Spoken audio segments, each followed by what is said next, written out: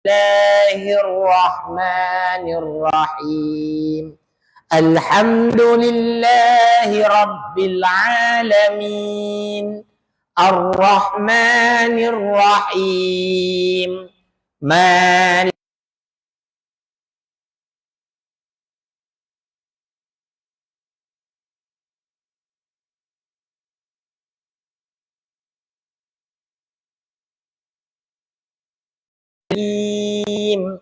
Siratal ladzina an'amta 'alaihim ghairil maghdubi 'alaihim waladdallin.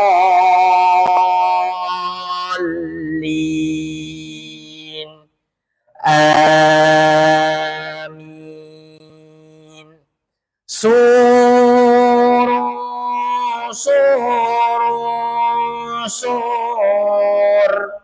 Allahu la ilaha illa huwal hayyul qayyum la ta'khuzuhu sinatun wa la nawm lahu ma fis samawati wa ma fil ardh man dhal ladzi yashfa'u 'indahu illa bi iznihi ya'lamu ma baina aydihim wa ma khalfahum wa la yuhituna bi syai'in min ilmihi illa bima syaa' wasi'a kursiyyuhus samawati wal ardh wa la ya'uduhu hifdhuhuma wa huwal 'aliyyul 'azim.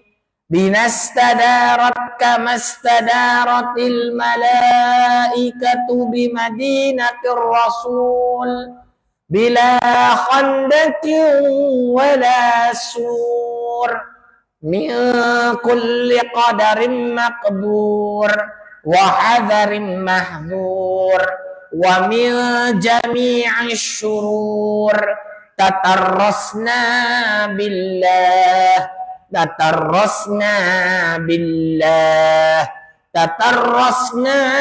billah min aduwina wa aduwillah min saqi arshillah ila qa'i ardillah bimi'ati alfi la hawla wa la quwwata illa billah al-'aliyyil 'azim. Azimatuhu la tanshaqqu bi mi'ati alfi la hawla wa la quwwata illa billah al-'aliyyil 'azim. San'atuhu la tanqati'u bi mi'ati alfi la hawla wa la quwwata illa billah al-'aliyyil 'azim. Allahumma in ahadun aradani bis-su' minal jinni wal insi wal wuhush min basharin aw syaitanin aw sultanin aw waswas farbut nazarahum fintikas wa qulubahum fi waswas wa aydiyahum fi iflas wa awbikuhum minar rijli ila ras la fi sahli yajda wa la fi jabali yatlaq bimi'ati alfi la hawla wa la quwwata illa billah al-'aliyyil 'azim. Wa sallallahu ala sayyidina Muhammad wa ala alihi wa sahbihi wa sallam walhamdulillahi rabbil alamin. Bismillahirrahmanirrahim. Alhamdulillahi rabbil alamin.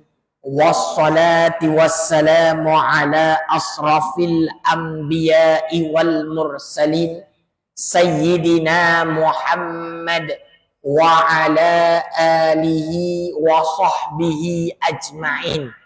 Qala Rabbi shrah li sadri wa yassir li amri wahlul 'uqdatam min lisani yafqahu qawli.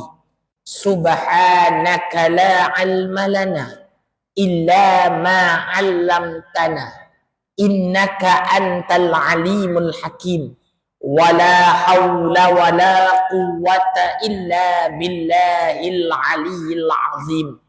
Alhamdulillah, segala puji bagi Allah Subhanahu wa ta'ala yang menjadikan kita dalam keadaan penuh nikmat, bernafas, bernyawa, bergerak, mencerap segala panca indera, menunaikan salat maghrib secara berjemaah, dan Allah kekalkan kita berada dalam majlis ilmu.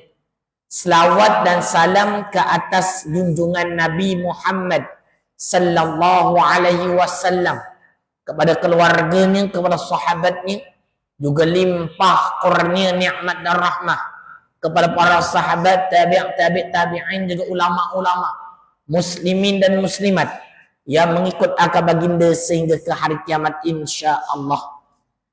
Alhamdulillah, bertemu kembali kita membukakan kitab Faridatul Faraid fi Ilmi Aqaid pada bicara ilmu tauhid. Sound okey? Sound okey? Dalam live ada buat live sikit, boleh minta izin?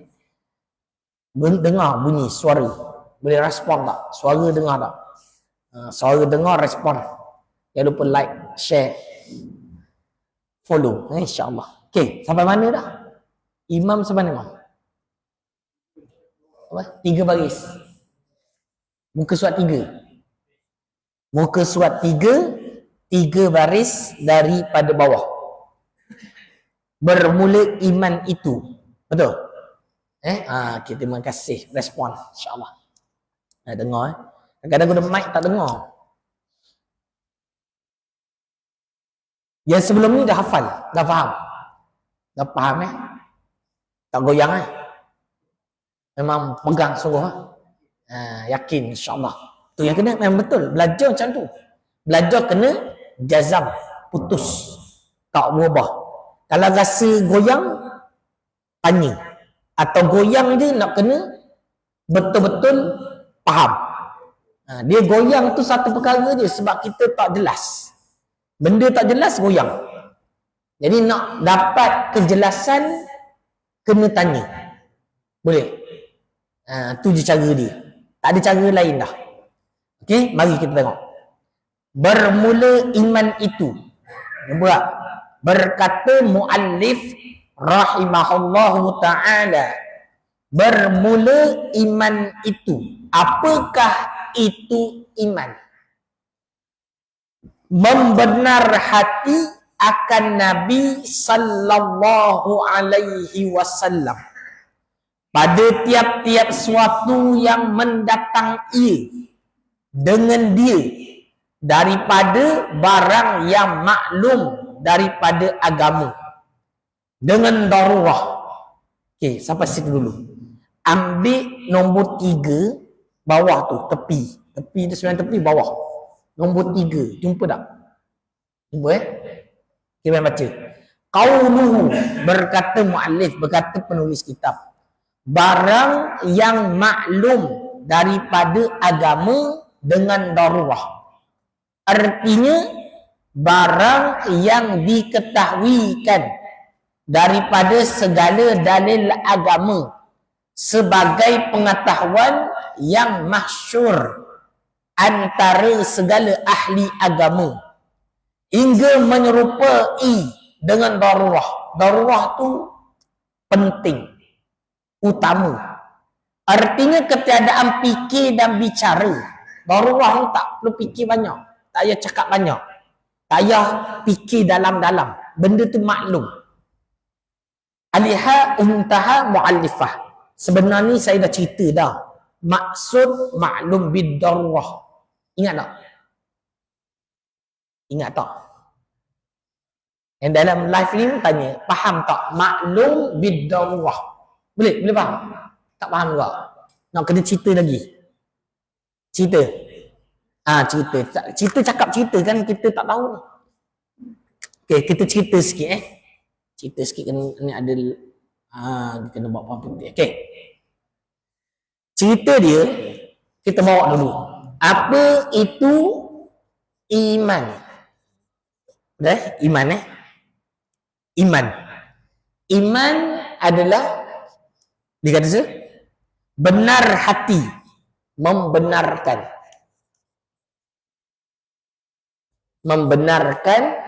hati. Ni dia punya key point dia.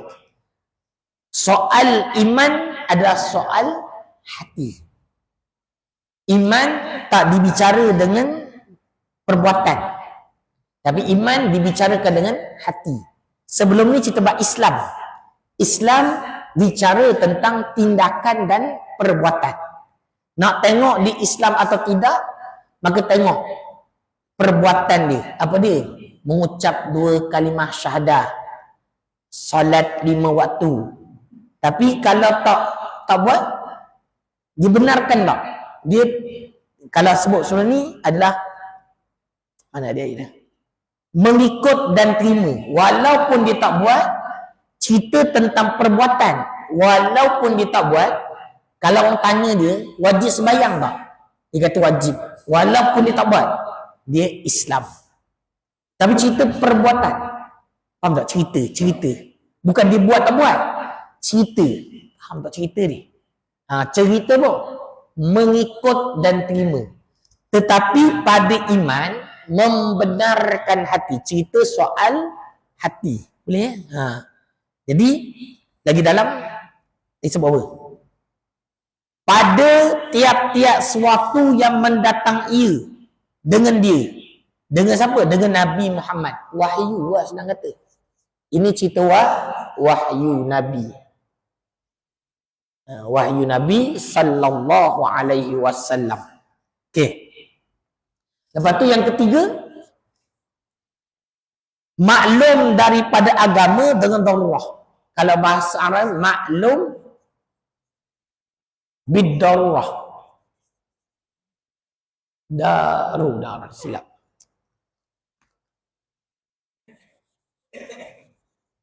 Oh dia ganas bid-darurah. Okey. Maklum bid-darurah. Okey, faham tak? Apa maklum bid-darurah? Nak kita faham sikit. Maklum bid-darurah ialah dia syarat dia tu ialah benda asas dan penting dalam agama lah. Yang kedua, tidak perlu fikir bicara.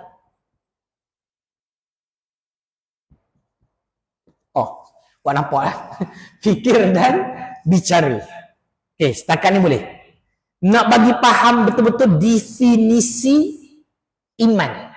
Supaya kita dah tak goyang dan juga tak cepat melabelkan orang. Zaman sekarang kadang-kadang kita cepat cakap, label orang ni cepat. Sebab kita tak ada ilmu. Letak je terus. Ni sabar dulu, kita kena cerita dulu. Faham betul. Okey. Contoh, ambil contoh lah. Maklum bid-darurah contoh. Benda asas. Rukun iman lah. Contoh rukun iman. Kalau orang tanya kita, mana-mana rukun iman, kalau kita kata tak tahu, masalah. Itu masalah. Masalah pada iman kita. Rukun iman kena tahu dan yakin. Bukan tahu je, yakin. Iaitu membenarkan dengan hati. Kalau kata beriman dengan Allah, tahu tak kita kena beriman dengan Allah? Tak tahulah. Baik. Kalau kata tak tahu, kita kena beriman dengan malaikat. Tahu tak? Itulah macam tak tahu, masalah risau kita. Jadi kena pastikan rukun iman yang 6 tu, Kena percaya dan yakin dan tak goyang. Kena jelas. Bukan jelas tu masa mendalam, tak. Jelas tu betul. Betul. Dalam tu cerita lain. Kadang-kadang ada orang dia. Tapi kalau tanya kena tahu. Contoh, malaikat. 25 malaikat. Itu wajib tahu. Walaupun dia tak hafal. Faham tak? Dia orang tanya dia. Malaikat. Nabi Nuh. Nabi ya? Nabi Nuh tak tahulah. Berdosa. Tak tahu berdosa. Dia kalau percaya Nabi ada. Tapi tak tahu Nabi Nuh. Berdosa. Dia tak kufur lagi. Berdosa. Sebab apa? Melalaikan diri daripada agama. Boleh faham tak? Boleh faham okey. Kadang-kadang benda ni, saya kata macam ni sebab apa? Akhir zaman ni, orang dah tak ambil berat berkenaan agama, khusus pada ilmu tauhid. Betul tak betul? Tak percaya balik, tanya anak kita. Tak kena anak kita tepi jalan, jumpa orang yang tanya sikit. Ilmu tauhid. Tapi zaman sekarang, orang tak risau. Walaupun benda penting, orang tak risau. Tak faham saya. Dia risau. Bola siapa menang? Itu yang risau. Dia risau bola siapa menang. Dia risau Eza motor tu bunyi kuat ke tak? Itu dia risau. Nampak? Salah siapa? Tak risau. Kita tak salahkan orang. Kita kena pandang diri kita. Jangan salah siapa? Pandang diri. Bila orang Islam, orang beragama, dia tak pandang salah orang. Dia pandang salah diri. Salah saya kan? Saya tak mengajar betul lagi. Tak. Kadang-kadang tuan-tuan sebagai ibu ayah, kita kena salah diri kita lah. Mana didikan kita tu masih belum tepat. Ada kata kita, anak kita belum menguasai ilmu tauhid. Boleh faham Jangan salahkan sekolah. Sekolah kena salahkan diri sendiri. Masing-masing kena salahkan diri sendiri disebabkan kecuaian kita, kita tak betul-betul sungguh-sungguh membantu umat kita ni. Kita banyak pandang salah orang, itu masalah kita. Jadi saya pandang diri saya dah ni, masalah. Kita belum sungguh-sungguh. Jadi minta jugalah tuan-tuan Cepan, kita sama-sama belajar sungguh-sungguh. Balik ni kita ajar anak isteri kita pegang betul-betul. Boleh tak boleh? Boleh? Ni kita risau ni, bukan main-main benda saya cakap ni, bukan benda main-main. Bukan perkara yang kita kata tak tahu tak apa. Tak boleh. Kalau anak kita tak tahu, kita berdosa. Kita dosa. Dosa. Tanggungjawab seorang ibu dan ayah mengajarkan ilmu agama, bukan serah. Kita serah kat guru, tapi guru tak dapat, contohlah, tak dapat nak pergi dalam. Tanggungjawab kembali pada mak ayah juga. Faham tak? Jangan salah cikgu lah, tak ajar betul-betul ni. Jangan gitu. Sebenarnya asasnya tanggungjawab mengajar ilmu agama ni pada ibu ayah. Tapi kita ambil inisiatif bawa kepada guru dengan kita harapkan guru mengajar. Tapi kalau kata guru tak dapat nak bantu juga, kita sebagai mak ayah kena ambil penting juga. Boleh faham? Boleh tu saya nak cerita ni memang betul-betul kena tekan lah. Tak boleh nak main-main dah. Ada soalan setakat ni? Ada soalan? Ya. Rukun iman. Fardu ain.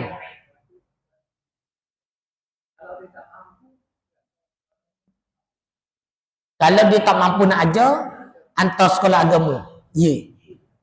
Tapi kalau kita hantar sekolah agama, adakah kita melepaskan tanggungjawab kita sebagai mak ayah mengajar anak kita? Tidak.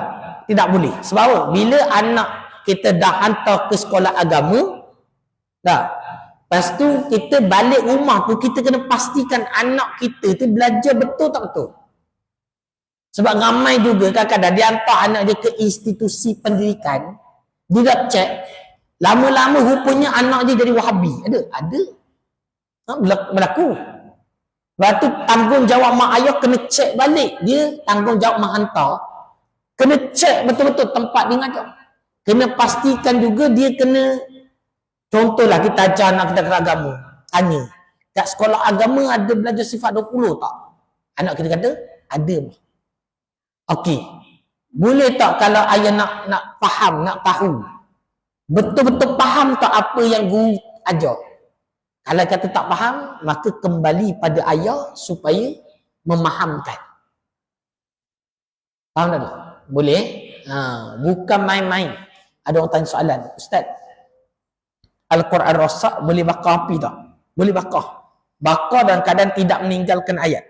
Tidak meninggalkan mashaf, tulisan. Bakar betul-betul lah.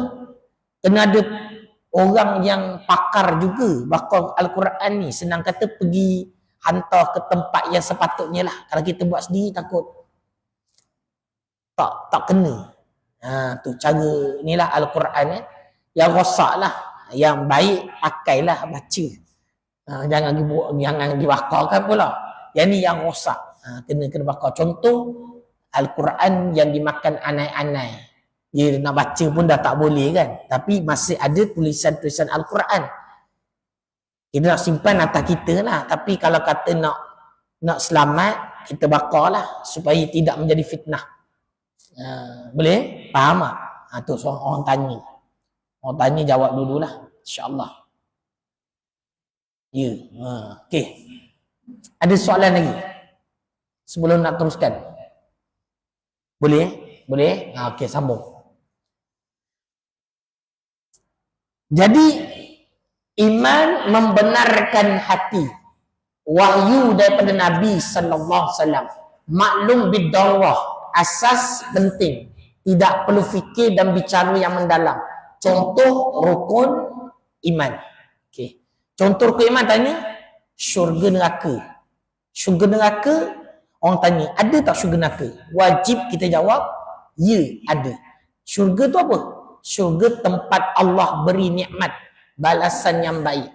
Neraka tempat Allah beri azab pada orang yang melalaikan tanggungjawab di dunia. Contoh. Jadi kalau tu cukup, dah cukup. Kalau orang tanya, Ustaz, kalau boleh cerita tak mendalam berkenaan macam mana dalam syurga, macam mana dalam neraka, itu dah masuk fardu kifayah. Belajar boleh, tak ada masalah. Cuma itu dalam bidang fardu kifayah. Alam kubur, percaya tak ada? Ada. Alam kubur nama lain alam barzakh. Ada tak? Ada. Boleh cerita tak macam mana keadaan dia? Tak ingatlah Ustaz. Tak ingat. Atau apa? Lepas. Tapi kita faham. Alam barzakh adalah alam sebelum masuk ke mahsyar. Alam mahsyar. Tu kena tahu. Tu kaedah lah kita belajar. Okey. Boleh? Boleh? Boleh? Okey, sambung. Nak bagi faham bidarrah ni, kadang-kadang orang tak faham. Bila tak faham bidarrah ni, kita cepat menghukum. Jadi kita jadi salah nanti. Okey? Dan dikehendaki dengan membenar itu mengikut hati. Nak ulang balik. Ikut hati. Hati kita ikut. Dan menerima. Macam atas juga. Ikut dan terima. Sama juga. Macam Islam. Islam ikut dan terima juga. Itu pada apa? Ikut dan terima pada zahir. Tindakan zahir. Kalau pada iman, ikut dan terima hati. Tu dia punya beza kat situ. Akan barang yang tersebut itu tiada semata-mata mengetahui. Bukan hanya tahu, tak cukup tahu. Kena benar Nabi, mengetahui benar Nabi sallallahu alaihi wasallam. Serta ketiadaan mengikut dan menerima maka tiada dihukumkan dengan iman pada kebanyakan daripada segala kafir yang mengetahui mereka itu bahawasanya Sayyidina Muhammad sallallahu alaihi wasallam itu Nabi dan Rasul yang sebenar. Okey, dengar cerita dia apa ni? Cerita dia ni nak beritahu orang yang tahu tak semestinya dinamakan beriman. Beriman bukan hanya tahu. Beriman kena ikut dan terima. Faham tak? Tapi kena tahu juga. Nak kalau ikut terima tak tahu tak jadi juga. Dia kena tahu, ikut dan terima. Nak beritahu pada siapa ni? Golongan-golongan Yahudi dan Nasrani. Mereka ini tahu akan ada Nabi selepas Nabi Isa. Mereka ni tahu akan datang seorang Nabi akhir zaman. Tersebut dalam kitab-kitab mereka. Bible, Old Testament, New Testament ada. Cuma mereka tidak ikut dan terima. Faham tak? Dia hanya tahu tapi tak ikut. Itu degil nama dia. Saya itu hidup jangan degil. Tak nak terima. Tak terima tak iman, tak ada iman. Kita macam tu juga. Kadang-kadang kita belajar tahu tapi tak nak terima. Faham tak? Ada banyak perkara juga. Kan kita dah belajar dah. Contoh kita kata wajib belajar berkenaan fardu ain, tauhid, fiqh, tasawuf. Belajar biar lepas fardu ain. Tahu ustaz.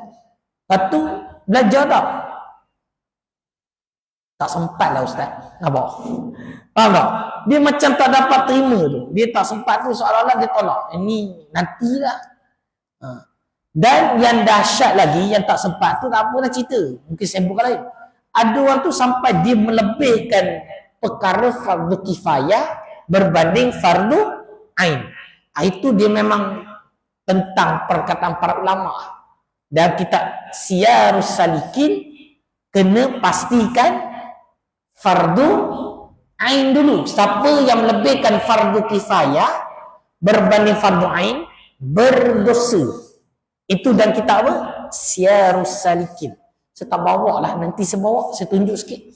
Dan kita tengok semua. Faham tak ni? Ini, dahsyat ni.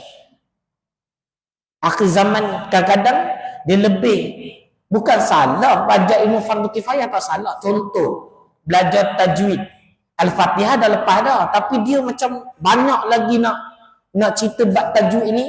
Ngaji tak habis. Sehingga meninggalkan belajar tauhid.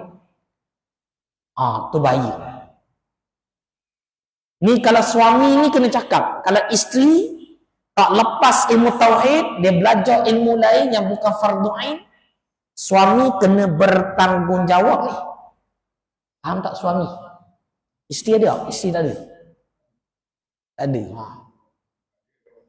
Ada kat rumah. Suruh tengok live tak? Tengok live tak? Tengok live. Kalau tengok live, ada tak suami dekat surau apa dia? At-taqwa. At-taqwa apa? Muhibbah. Mahabbah. Surau Mahabbah, jalan kertas. Bunga kertas. Ada. Ada tak suami kat sini? Cuba respon. Tak ada ya? Suruh belajar fardu ain dulu lah. Ngaji tak apa nanti ya. Dan kalau lepas fardu ain okey, dah lepas. Isteri dah lepas fardu ain. Betul. Dah test. Kita tanya balik ni. Tanya dia tentang dalil sifat qudrah. Kalau dia tak boleh jawab, baik. Tak lepas lagi. Betul. Dan kata betul, saya cakap ni betul. Kita risau umat ni. Bukan saja-saja. Kena betul. Dan ustaz, wajib ke belajar dalil? Fardu ain ke?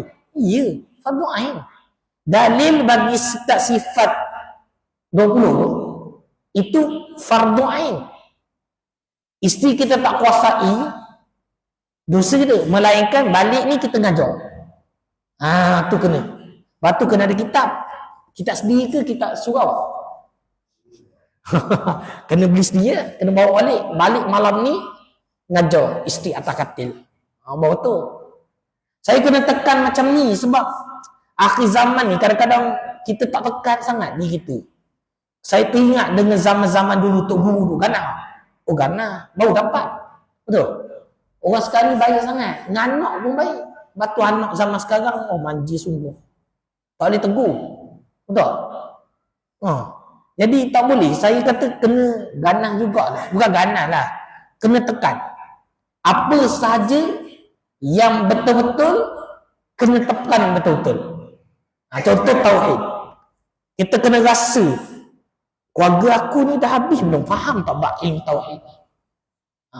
Kalau tak faham lagi, kalau meninggal, sakit tu. Risau kita. Tu. Boleh dapat. Tak apalah. Mana kalau okey tak masalah. Kita risau ni kalau kita tak kuasai lagi. Bukan kuasai macam mana. Bagi lepas je, bagi lepas. Bagi lepas.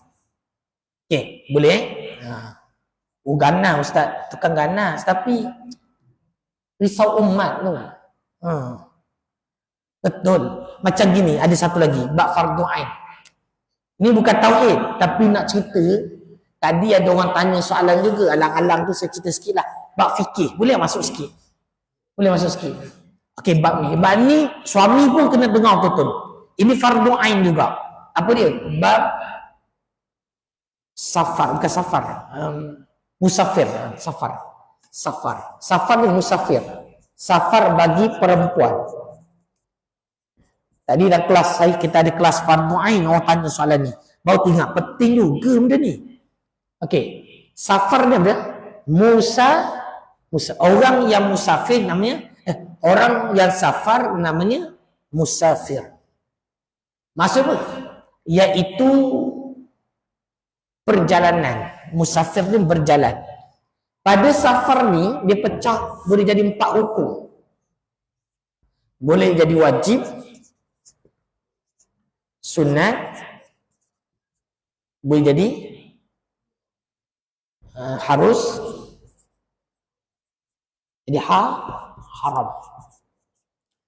Wajib iaitu umrah dan haji. Safar pada umrah dan haji pertama. Yang pertama ni wajib. Sunat, umrah dan haji selepas itu. Dua, yang kedua, ketiga dan seterusnya. Faham? Yang wajib yang pertama saja. Umrah yang haji wajib yang pertama saja. Faham tak tu? Faham Sunat, umrah, sunat macam mana? Musafir yang sunat, umrah dan haji seterusnya. Boleh faham Harus ni jalan-jalan, melancong. Apa lagi? Jalan-jalan. Kerja, jalan-jalan kerja. Tu ke harus. Haram. Ni perempuan, laki. Bukan cerita laki ni. Saya nak cerita bab perempuan. Tiga ni, dia jadi hukum macam ni sebab apa? Ada mahram. Sekurang-kurangnya ada satu orang. Ada mahram satu orang. Jadi haram jika tiada mahram. Kecuali wajib. Kalau yang wajib, dia ada syarat dia gini. Boleh tak ada mahram? Boleh. Iaitu kena ada 3 orang perempuan. Tak kisah anak dia ke, kawan-kawan dia ke, boleh. Ataupun ada setengah pendapat kata, boleh tanpa diteman. Tak ada orang teman. Tapi syaratnya mesti aman. Mana tak berlaku fitnah ataupun bergolak lah. Tapi ini tertentu pada yang wajib saja. Okey, orang tanya, Ustaz, saya nak pergi umrah kali kedua, tapi saya tak ada mahram nak teman. Boleh tak saya umrah?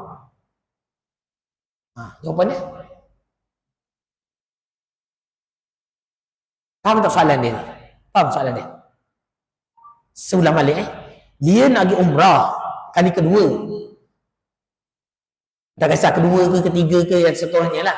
Jadi kita terima kasih. Okey. Dia tak ada mahram. Boleh tak saya nak minta 3 orang perempuan ni teman? Ataupun memang rombongan dia satu bas 40 orang semua perempuan nak pergi umrah. Boleh tak? Boleh tak? Boleh. Tak boleh. Mahram tadi tak boleh. Tersebut dalam kitab Sabilul Muhtadin. Kalau tak cari cakap saya, boleh buka fatwa mufti wilayah persekutuan. Dengan kitab-kitab besar lagi tunjuk kat situ. Tak boleh. Tapi hari ni kita tengok berapa ramai orang-orang perempuan pergi umrah yang sunat, iaitu kedua, ketiga, keempat ni tanpa mahram. Perasan tak? Ada tak kita benarkan isteri kita buat? Ingat, kalau kata pergi pada haram, ini tak boleh jamak qasar. Jamak qasar. Siapa yang jamak qasar dalam umrah atau dalam musafir haram, maka dia kena wajib qada balik. Sebab tak diterima. Faham tak ni? Ada tak sekarang ni? Ada. Kadang-kadang kita tengok. Kadang-kadang suami mungkin tak sempat nak pergi ke apa kan. Tak apalah sebenarkan awak pergi. Tapi itu dah kali kedua tu. Kali ketiga tu. Tak boleh. Jadi dia pergi tu dikira apa? Dipanggil musafir maksiat. Lepas tu kena duduk dengar. Ramai perempuan tak tahu ni. Saya buat cerita tadi dekat kelas. Terkejut orang. Ramai perempuan marah saya. Tak betul lah kita cerita hukum. Dalam kitab Sabilul Muhtadin. Apatah lagi kalau musafir harus. Sunat pun tak boleh. Harus ni. Contoh. Rombongan. Zaman sekarang ni kan dia ada grup Yasin, grup selawat, grup kasidah, apa tak kisah perempuan. Dia pergi satu bas ke KL tanpa mahram. Itu namanya apa? Musafir maksiat. Walaupun dia pergi tu mungkin dia nak pergi selawat, KL berselawat, ataupun nak pergi melawat pondok ke apa ke. Musafir maksiat. Dia berdosa pada musafir dan tidak boleh jamak dan qasar. Kena bawa mahram.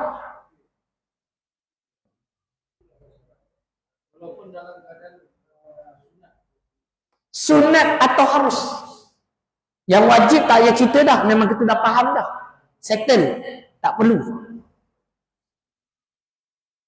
Walaupun sunat. Walaupun dia pergi situ sebab apa? Nak pergi apa contoh? KL berselawat. Contohnya kan ada buat selawat. Selawat itu dapat pahala. Tapi musafirnya tu musafir Arab. Tak boleh jamak qasar dan dia berdosa. Yang kedua rasa. Tu suruh belajar. Ni isteri kita tahu tak ni? Saya nak tanya. Isteri kita tahu tak? Tu suruh belajar. Kan? Fardu ain. Kita tu kita banyak terlebih benda fardu kifayah ni kita risau. Cuba panggil kat duduk dengar. Tak. Panggil kat. Suruh belajar. Ya. Mahram ni tak semua suami. Mahram ini boleh juga adik-beradik dia. Anak dia. Tapi laki laki. Cucu dia. Cucu pun boleh. Anak susuan pun boleh. Tapi kena ingat. Dia mesti mumayyiz. Paling kurang umur dalam 10 tahun ke atas lah kurang. Boleh bawa anak 10 tahun ke atas. Boleh? Boleh. adik, macam mana? Suami tak pergi. Perempuan tak boleh.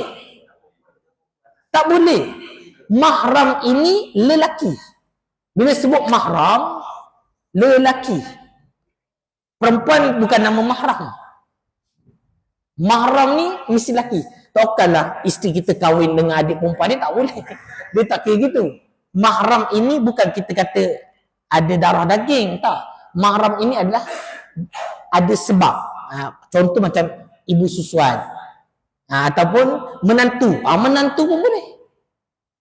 Tapi menantu lelaki. Yelah kalau nak pergi lah, tahu menantu tu sayang mak mertua dia, sayang sungguh. Mak nak gimana saya peluang teman. Abang tahu. Tak tahu, takut ada. Bukan, tak tahulah kan. Boleh tak boleh ni, faham? Bayar lah. Berapa ramai tahu? Tu suruh belajar fardu ain. Kalau kita buat benda lain, aduh. Boleh tak nanti lepas ni, suruh datang tak belajar sekali, boleh tak? Tak boleh? Tak boleh belajar? Tak boleh belajar. Suruh belajar datang. Kadang-kadang sebawa ni, sebab saya kalau kita memang cerita fardu ain je. Ya.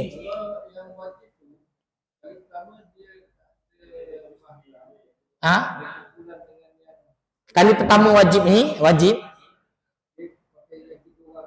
Boleh.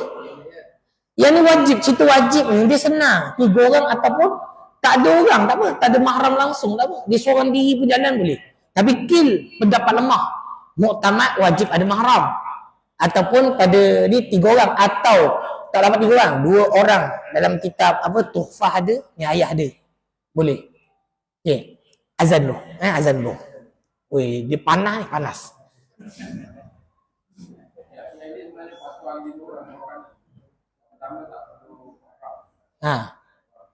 Ada.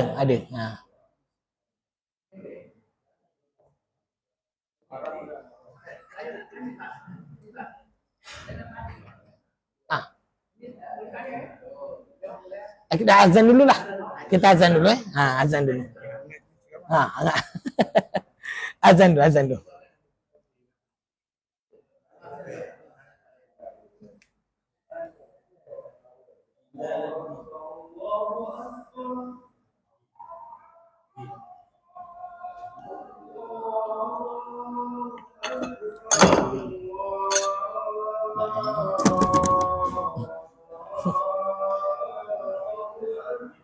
Duduk sana.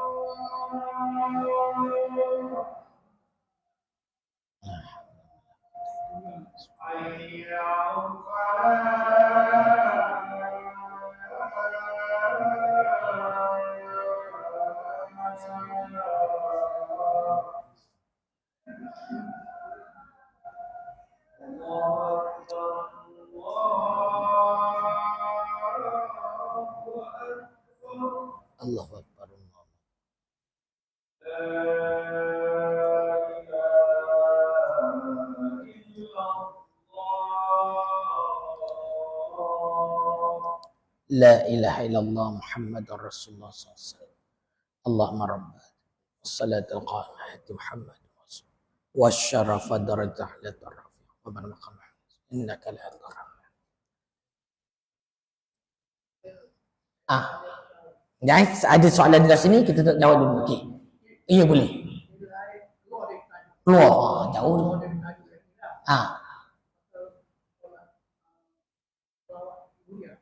Selawat Nariyah.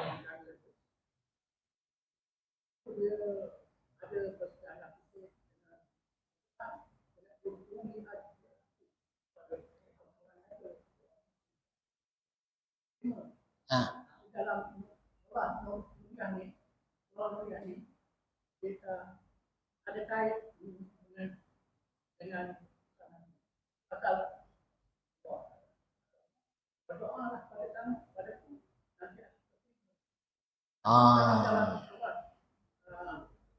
sekolah mulia ni dia ada jabatan agama menjadi sekarang ni kan ada baca doa mulia. Okey.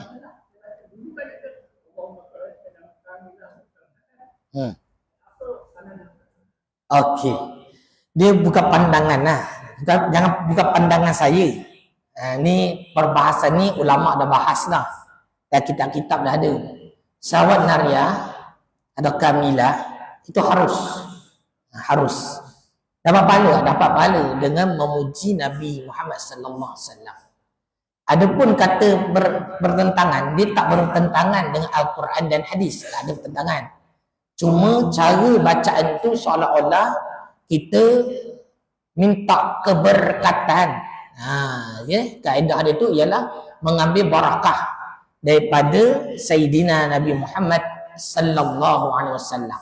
Dan ulama kata harus dan dapat pahala dalam keadaan untuk mendekatkan diri kita, untuk merasakan cinta pada Nabi Muhammad sallallahu alaihi wasallam. Jadi tak ada masalah. Insya-Allah. Ya. Bukan pandangan saya. Itu dalam kitab. Tak bertentangan. Tak ada bertentangan. Memang ulama dah bahas dah ni, tak ada masalah. Cuma yang kata yang tak suka ni golongan Wahabiyah. Golongan Wahabiyah digunakan Al-Quran dan hadis untuk kata selawat Nariyah ni salah. Golongan tu. Sedangkan ulama dah bahas, tak ada masalah. Harus. Tapi ada golongan pengikut Wahabi, dia kata selawat ini bertentangan dengan Al-Quran dan hadis. Sebenarnya tidak. Jadi kita jangan terpengaruh lah dengan pemikiran macam ni. Sebab dia biasanya memang ada je benda yang tak puas hati lah, Wahabi tu. Tapi kena hati-hati sebab ini memang kalau tersalah kita punya rujukan, takut kita terpengaruh dengan golongan tersebut. Ini panjang nak cerita, nanti kena buka kitab dia. Secara umumnya saya kena jawab umum lah. Tapi kalau kata tanyalah ulama-ulama besar, tak ada masalah. Bahkan yang membuat selawat Nariyah ini adalah ulama. Al-ulama warisatul anbiya. Ulama itu pewaris Nabi. Dan dia pun ulama akan buat satu perkara yang bertentangan. Boleh, harus. Itulah cerita. Okey. Saya nak jawab yang ni. Panjang, banyak juga cerita. Sikit boleh? Ke nak balik lah? Sikit Contoh. Ada orang tanya ni daripada atas. Anak perempuan yang belajar tempat jauh. Macam mana? Tak boleh belajar ke apa? Dia kaedah dia pergi belajar itu atas tuntutan fardu ain. Dia kena kata gini. Orang yang pergi belajar ni kena pasti betul-betul. Dia pergi itu adalah untuk belajar betul-betul, untuk pastikan ilmu yang dia belajar itu digunakan untuk kemaslahatan umat. Kalau dia pergi main melancong saja-saja, itu tak boleh. Tapi kalau dia pergi belajar itu adalah untuk menunaikan tuntutan fardu ain, iaitu pada dunia lah. Walaupun dia ambil engineering ke, dia ambil arkitek ke, tapi pada dunia, dia lepas ni kerja dia adalah untuk engineer contohnya. Kalau dia tak belajar betul engineering tu, rosak bangunan, contohlah bangunan ke mesin ke apa kan, menyebabkan kerosakan umat juga. Jadi walaupun namanya ilmu dunia, tapi ilmu dunia pada fardu ain dia itu menunaikan tuntutan pekerjaannya. Faham tak di sini? Faham tak? Tu kaedah dia. Dan itu fardu ain dalam agama ada, dalam pekerjaan dunia pun ada. Sebab itu seorang engineer kena pastikan menguasai ilmu engineering supaya dia tak merosakkan bangunan, kereta kan, dia baiki lagi rosak. Itu berdosa tu. Patutnya dia kena pastikan apa yang dia belajar memberi manfaat pada umat. Tu kaedah dia. Okey, belajar settle. Ada juga orang kata, boleh ke pemandu pelancong jadi mahram? Tak boleh, kecuali kahwin dengan pemandu pelancong tersebut. Okey? Ya. Tidak habis contohlah, tidak habis degree. Ada belajar lagi untuk master tanpa buat mahram. Itu kena pandang lah. Sebab tu kena kahwin. Dah master tu kahwin lah. Masalahnya habis master kan. Itulah nak kata susah. Bertaubat je lah sentiasa. Betul ke tak? Kalau kata dah menunaikan tuntutan fardu ain, kalau kata master itu juga untuk menunaikan tuntutan fardu ain, boleh. Pada asas tu tidak ada dah yang Asas tu ijazah pertama tu tak. dah cukup untuk dia memang mantap lah. Bila sekarang kan ada kerja dia pergi belajar lagi kan. Mungkin nak tak ada kerja, dia niat dia untuk dapat kerja, tuntutan kehidupan dia. Itu boleh. Tuntutan kehidupan dia. Contoh orang bekerja lah, contoh orang perempuan sekarang ni kan banyak bekerja tu. Kerja dekat pejabat ni, pejabat tu kan. Tuntutan untuk kehidupan. Itu fardu ain. Jadi bagaimana yang dah berkeluarga, Berkahwin. dia pergi belajar tu tanpa mahram. Yang tu susah juga cerita tu. Susah lah. Dia kena bertaubat lebih betul. Kadang-kadang kita nak cakap macam mana? Syarak ke tak syarak. Tapi kadang-kadang, betul Imam, kita nak cakap pun susah benda ni. Jadi kadang-kadang kita kena sentiasa bertaubat. Tahu tak saya bertaubat? Gitulah keadaan dia. Yang ni pemandu pelancong ni faham. Kalau kuliah ke masjid jauh dari rumah, tak boleh pergi ke? Lepas tu kita kata sekarang ni dah ada live. Tengok live je lah, senang. Dia suruh follow ni. Memang betul kadang-kadang. Okey, boleh tak pergi kuliah? Boleh. Kuliah fardu ain. Kalau nak lepas yang macam tadi master ke apa kan, di dalam tempat dia pergi tu dia belajar, kalau boleh ada perkara yang melibatkan fardu ain. Sebab dalam hukum syarak boleh perempuan keluar rumah tanpa izin suami untuk belajar fardu ain, apatah lagi dengan izin suami. Faham tak? Jadi maknanya tempat pengajian tu mesti diletakkan fardu ain kalau nak bagi lepas. Faham tak? Fardu ain tahu? Itu cara dia. Kalau ni kata helah, kaedah helah dia. Maknanya mana-mana tempat institusi pendidikan nak bagi lepas pada perempuan, kena letakkan fardu ain, ada pengajian kat situ. Jadi kalau kata orang nak pergi surau, masjid, jauh, dia nak pergi belajar kuliah, boleh. Tapi kuliah tersebut ada kuliah fardu ain. Fardu kifayah tak boleh.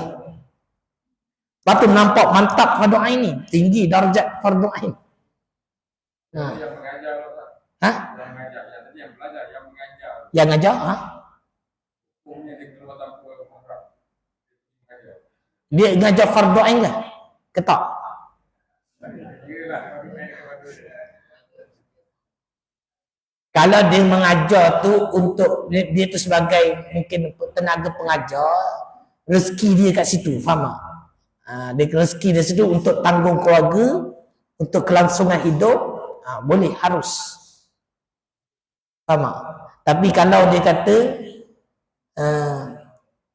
memang kata benda tu dia dah kelangsungan hidup, nak bagi lebih cerita faham-faham sendirilah macam mana cakap. Tapi zaman sekarang ni memang untuk kelangsungan hidup kan, betul. Tapi kalau kata yang ngajar tu ustazah ke, sebab itu saya kata kalau ngajar bukan fardu ain pun kalau boleh selitkan fardu ain. Itu cara dia. Supaya orang datang perempuan ni cerita laki jangan risau. Laki settle. Ni laki ni. Dan risau yang kita risau ni isteri anak kita. Okey, masalah sekarang ni macam ramai-ramai ni balik ramai perempuan. Sebab itu cerita dia ustaz tu kena faham bila semua perempuan masukkan fardu ain. Macam saya, orang jemput saya Maulidur Rasul contoh. Dalam Maulidur Rasul tu saya akan selitkan fardu ain supaya nak bagi lepas tu untuk perempuan. Gitu. Tapi kalau ustaz tu dia tak faham dia ni, dia susahan cakap. Lepas tu nak kena cari ustaz pun kena faham juga ilmu perkara ni. Fardu ain ni. Boleh faham Lepas tu tak dapat tidak kalau saya kata hatta walaupun Maulidur Rasul kena buka kitab supaya nak bagi kena. Saya kalau Maulidur Rasul buka kitab juga biar bagi rasa. Itu kaedah dia. Ya. Ini berapa ke-12 habis? Haji kedua ni. Contohlah, suami isteri ni tak ada anak lelaki. Tak ada lelaki. Lepas tu isteri dia ada beradik dia Semua semua perempuan. perempuan. Dia tidak boleh, tak boleh kalau Dia ada anak susuan tak? Dia ada anak susuan tak? Anak saudara?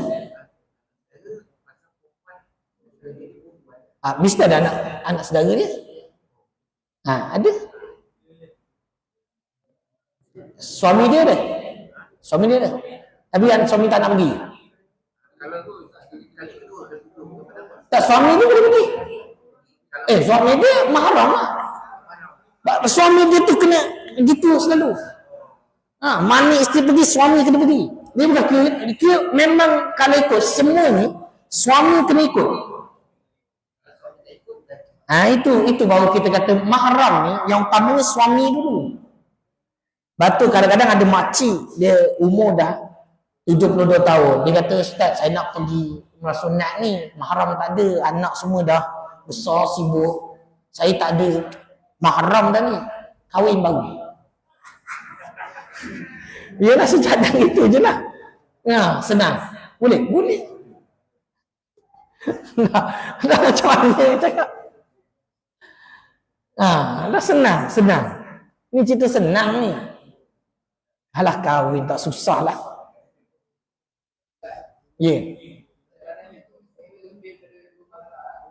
Tak semestinya. Dia kalau ada kitab kalau buka ada kitab Allahumma salli ala Muhammad Sabil Mu'tadin, dia bagi apa? Kita tengok bukan 44 meter. 44 meter tu dah kira musafir. Musafir tak kira rumah anda. Tak mesti rumah anda. Berjalan tu dah kira musafir. Dan hukum ni pada 44 meter. 44 meter jauh mana?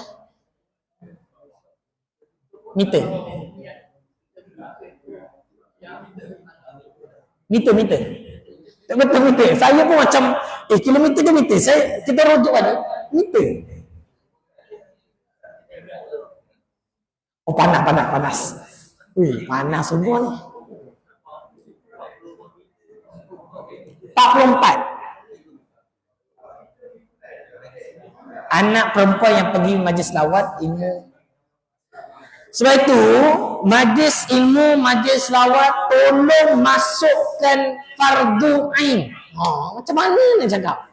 Batu ustaz-ustaz yang lepas ni kalau kata nak buat majlis selawat ke qasidah ke apa, kalau nak bagi orang perempuan lepas, tolong masukkan ni lepas ni ada buat Maulidur Rasul belum? Ada masukkan fardu ain tak? Kalau fardu ain settle. Kalau tak AJK dosa. Betul. Tanggung lah. Fardu ain tahu tak yang kita dah tauhid fiqh tasawuf? Ada cerita tak tauhid? Ada ke fiqh tak? Tapi yang fiqh, yang ibadat, yang fardu ain kena faham juga tu. Ya, fardu ain nak bagi lepas tu sebab kena masukkan fardu ain. Tu cari helah lah. Saya ajar cari helah. Nak cakap macam mana lagi? Ha. Sebab zaman sekarang ni ramai orang ajar fardu kifayah. Banyak cerita fardu kifayah masalah dia. Ha. Kita dah tengok dah banyak fardu kifayah. Kadang saya dah tegur, bukan tegur, ustaz-ustaz ni, saya sampai jumpa qadi. Saya dah jumpa, tadi pun lepas jumpa semalam. Saya sampai pergi jumpa qadi Mersing semalam. Kita dah pergi 4 qadi dah. Saya sekarang tengah rawang jumpa qadi-qadi ni.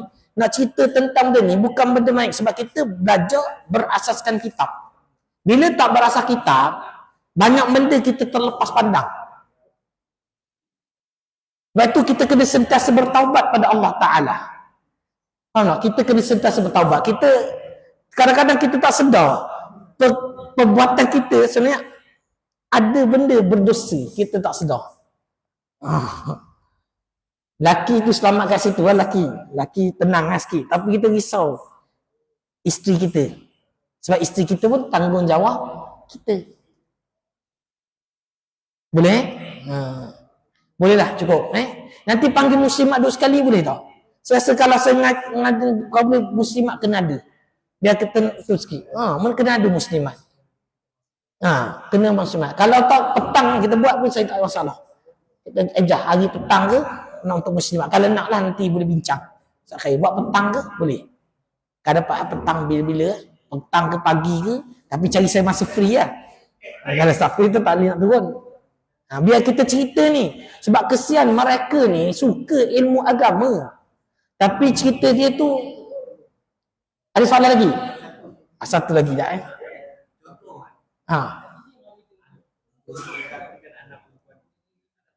Anak perempuan kita?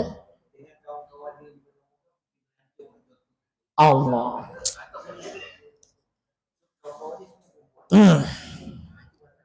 Tak boleh? Haram? Tak boleh jamak qasar, perjalanan itu haram, tak boleh jamak qasar. Sebab zaman sekarang ni dah normalisasi dah benda tu. Safar maksiat. Macam mana cakap? Ayah yang benarkan berdosa. Ayah yang benarkan tu berdosa. Ayah kena ada, sebab itu ayah kena ada ilmu, mak kena ada ilmu. Iya, akhir zaman ni kita tak nampak, tak belajar kita. Kita cakap macam mana? Gitulah. Dah panas. Cukup dulu. Kan pukul 12 ni. Cukup dulu. Akan datang kita bahas lagi. Ada soalan simpan. Nanti kita cerita akan datang. Nanti tak percaya lagi, saya bawa kitab. Tunjuk sendiri depan mata. Kita tengok. Baca sama-sama. Boleh? Kalau boleh cari sendiri. Kitab Sabilul Muhtadin. InsyaAllah. Wallahu a'lam. A'udzubillahi minasyaitonirrajim. Bismillahirrahmanirrahim. Alhamdulillahi rabbil alamin. Wassalatu wassalamu ala asrafil anbiya'i wal mursalin. Sayyidina Muhammad wa ala alihi wa sahbihi ajma'in. Allahumma salli salatan kamilah wa sallim salaman taman ala sayyidina Muhammadin alladhi tanhallu bihil uqad wa tanfarju bihil qurab wa tuqda bihil hawaij wa tunalu bihil ghaghaib wa husnul khawatim wa yustasqal ghamam wajhihil karim wa ala alihi wa sahbihi fi kulli lamhatin wa nafasin bi adadi kulli ma'lumin lak. Rabbana atina fid dunya hasanah wa fil akhirati hasanah wa qina azabannar. Subhana rabbika rabbil izzati amma yasifun wa salamun alal mursalin walhamdulillahi rabbil alamin. Taqwallahu minkum. Assalamualaikum.